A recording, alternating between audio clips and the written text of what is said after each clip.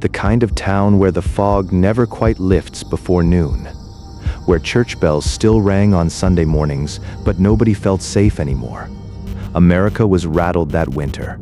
Tensions overseas, military alerts, the news cycle ran 24 hours and none of it was good.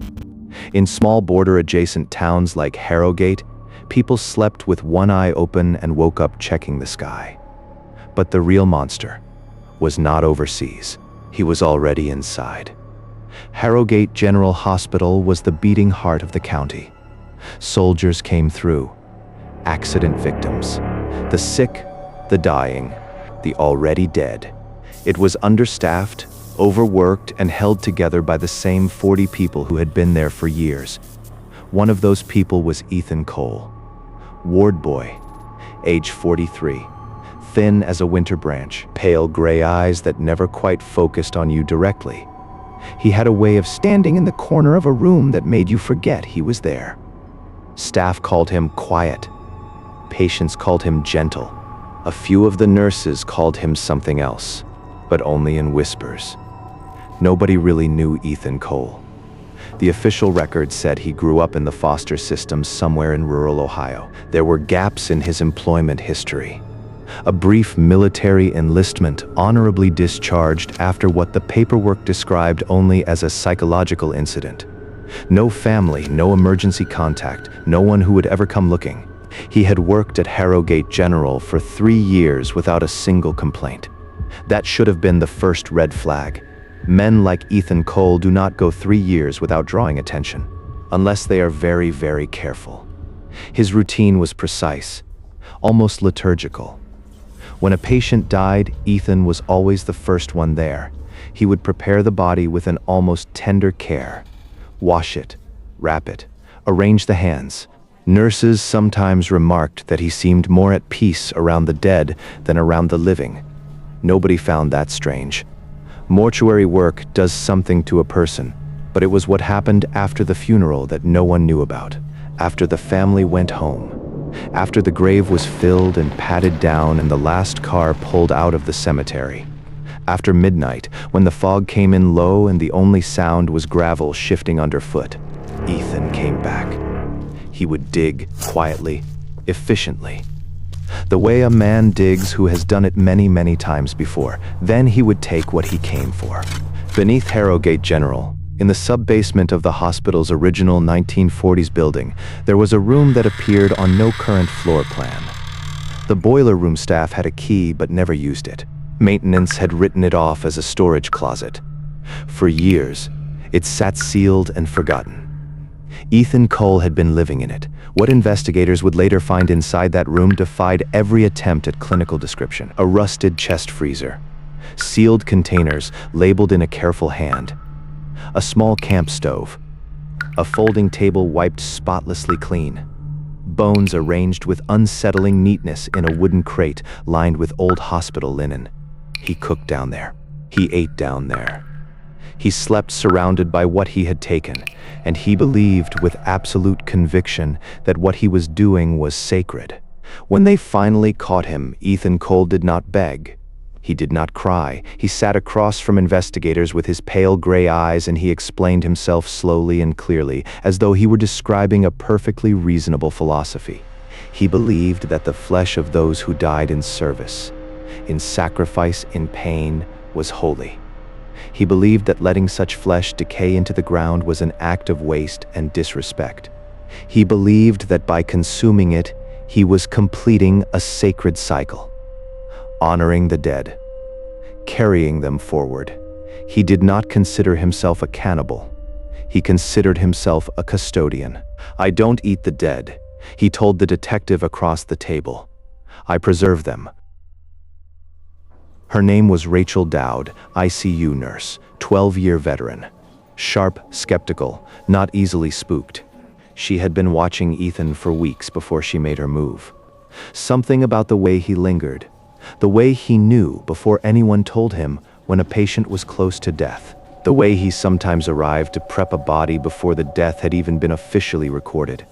She mentioned it to her supervisor once, was told she was overworked, Was offered a leave of absence. She declined. On a Tuesday night in February, she followed him.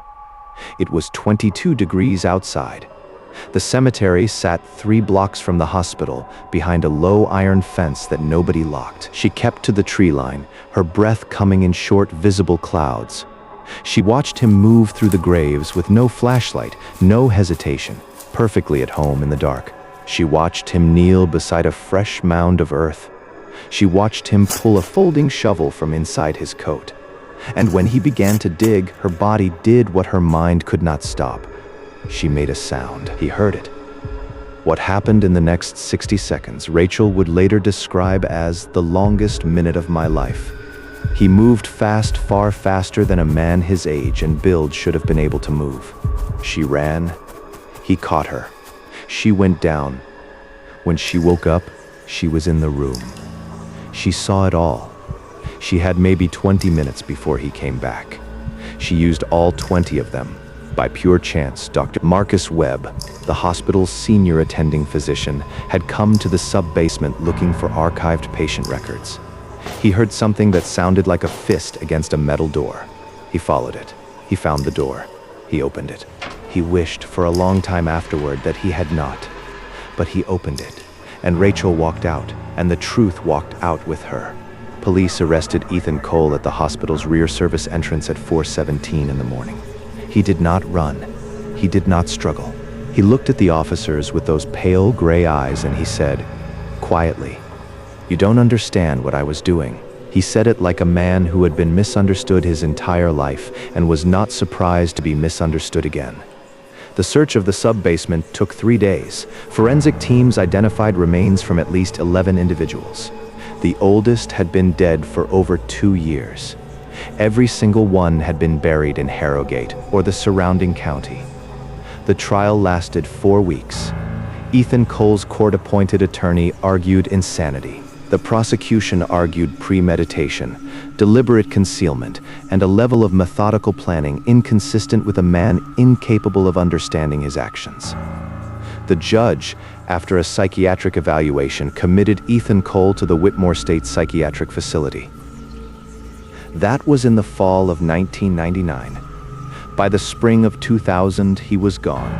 Not transferred, not discharged, gone. A staff member at Whitmore told investigators that in the weeks before his disappearance, Ethan had become unusually calm, cooperative, helpful. He spent time with the other patients, listened to them, smiled at them. Later, one of the staff would remember that he sometimes looked at the other patients the way most people look at a meal they are not quite ready to eat. 3 weeks after his disappearance, an unidentified patient at Whitmore was found in a disused utility room, partially consumed. Ethan Cole was never found. For 2 decades, there were reports. Disturbed graves in rural Pennsylvania, an opened burial plot in rural Tennessee, a freshly dug mound in a small Ohio cemetery that, when re-examined, contained only half of what it was supposed to contain. No witnesses. No forensic leads. No pattern officials were willing to publicly acknowledge. But quietly, in law enforcement circles, a file stayed open. In 2010, a young soldier was buried in a small town in eastern Kentucky.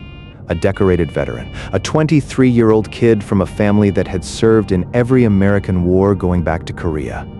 The morning after the funeral, his grave was empty. Next to the disturbed earth, investigators found a folding shovel. On the handle, stamped in black industrial ink, was a property tag from Harrogate General Hospital. A tag that had been assigned to the hospital's sub-basement storage, a room that had been sealed for over a decade. In 2023, a security guard at a cemetery in Memphis, Tennessee, detained an elderly man he found inside the grounds at 3 a.m., crouched beside a recently filled grave. The man did not resist. DNA testing confirmed he was not Ethan Cole. He was 61 years old. His name was Gerald Marsh, retired, no prior criminal record. By every external measure, an unremarkable man. Under questioning, Gerald Marsh told investigators everything. He said he had met an older man in the early 2000s in western Pennsylvania. The man had found him during the worst period of his life and taken him in. Fed him, taught him, gave him, Gerald said, a sense of purpose I had never felt before. The man had called it a calling, a responsibility, a way of honoring the dead that the living no longer understood. Gerald Marsh wept when he described it. He wept the way converts weep when they talk about faith. Investigators asked him where Ethan Cole was now. Gerald shook his head. He moves, Gerald said. He's always moved, wherever there's loss, wherever people are buried in a hurry, wherever nobody's watching the ground. He paused. He taught me that the dead don't mind. He said they appreciate it. Nobody has officially confirmed that Ethan Cole is still alive. He would be in his late 60s now. That is not an impossible age. Men like Ethan Cole, who have survived on nothing and been noticed by no one, tend to endure. In Harrogate, Pennsylvania, the sub-basement of the old hospital wing was sealed with concrete in 2001. The building was partially demolished in 2009. A CVS pharmacy stands on part of the site now. The cemetery 3 blocks away is still there. Locals will tell you, if you ask, that there are certain graves near the north wall where the ground never quite settles, where the earth stays soft even in winter, where the grass grows in odd, uneven patches. They will tell you that sometimes late at night, dogs refuse to walk that path. They will tell you that there is a smell, faint but unmistakable, when the fog comes in. Not flowers, not earth, something else, something that does not belong in a place where the dead are supposed to rest. Is any of this true? That's the thing about monsters. They don't need you to believe in them. They just need you to stop watching the ground. Subscribe, because next week's story is worse.